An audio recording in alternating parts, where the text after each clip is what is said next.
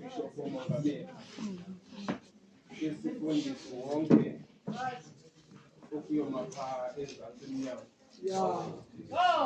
Mandifulise ke omama abakhulu ingalicakulanga amaxhewazana uyomapha ezantsi emnyango lutsha lakho wethu uyelihle igama lenkosi yam uYesu Kristu. Mandikule nendawo endifumanayo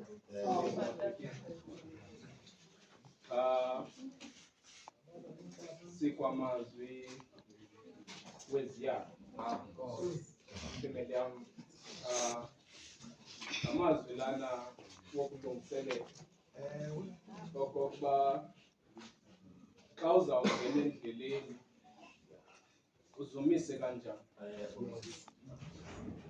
Singathi ngu-1400 ukuya phaa ku-1365 u-BCE lo usentlambo femeli yam ukubhalwa kwayo le ncwadi. Iyathandabuziseka njengoba ibizwa ngoba engaYoshua bawuxaba isingathi ayibhalwanga nguye yedwa.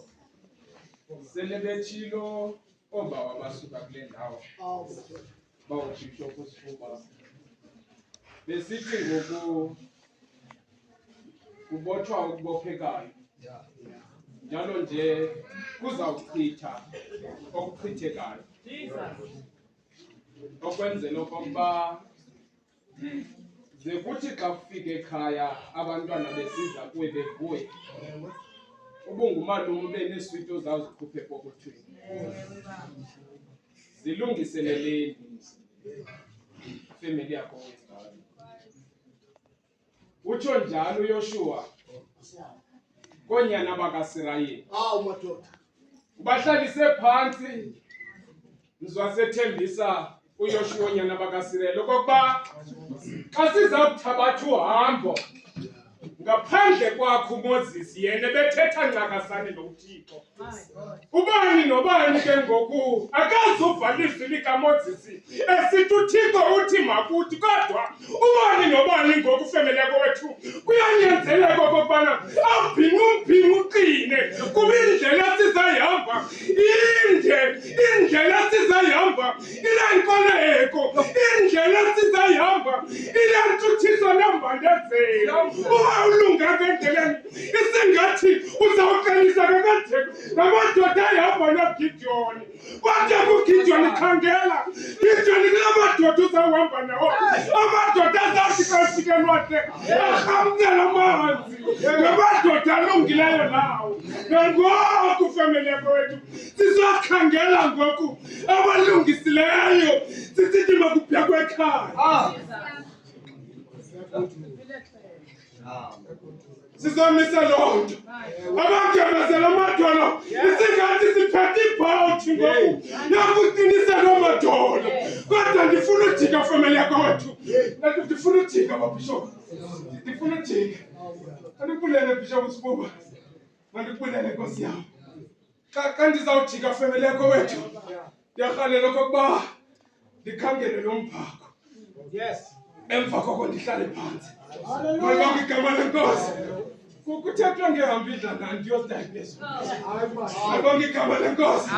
Kodwa ndifuna ukuthi xa uzawubheka ekhaya ewathi ukudala ukhela iinkukhu ubheka nazo kokwenu, kodwa uthi usawufika nazo zityiwe namhlanje ngomso kuvuka into yekhaya.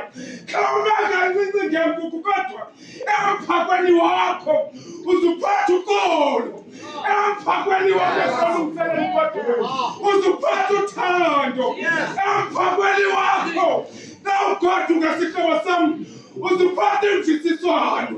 Kuba kakade ngoku ububuya mhlawumbi ekhaya unomphako wokusabana nefemeli, namhlanje sizothi shiya zonto nawugoduka khawubuyele kokwenu nokolo. Kuba siyazi kakuhle le nto, mamelani ifemeli yakho wethu kuEsau noYakobo ezawudibana entambo.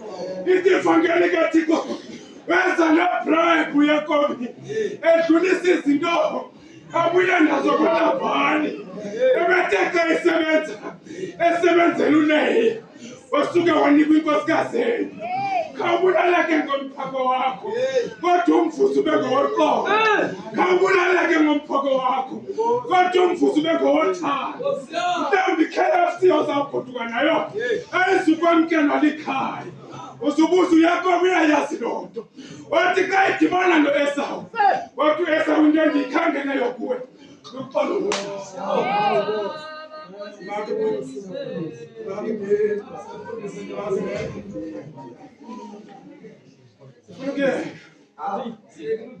Ufuna ukuyeka eyona nto sizoyikhangela ingaba lo mphako wakho ozawugoduka nawo uzaba luncedo olungakanani kwifemeli yakho. Madotyeni mandiyeke ngelithi mhlobo wam u-Abigail wasuke waphatha umphako kusawubakho ingxabano phakathi koDavide kunye nomyeni wakhe waxelwa laa nto ezawudala uxolo kula madoda ngumnikelo yawathi sisasethi kuwe namhlanje khawuphatha umnikelo azawudala uxolo ekuhlaleni khawugoduka namhlanje khawufane noYesu uphathe umnikelo uphathe umphako azawudibanisa imilambo yalalayo.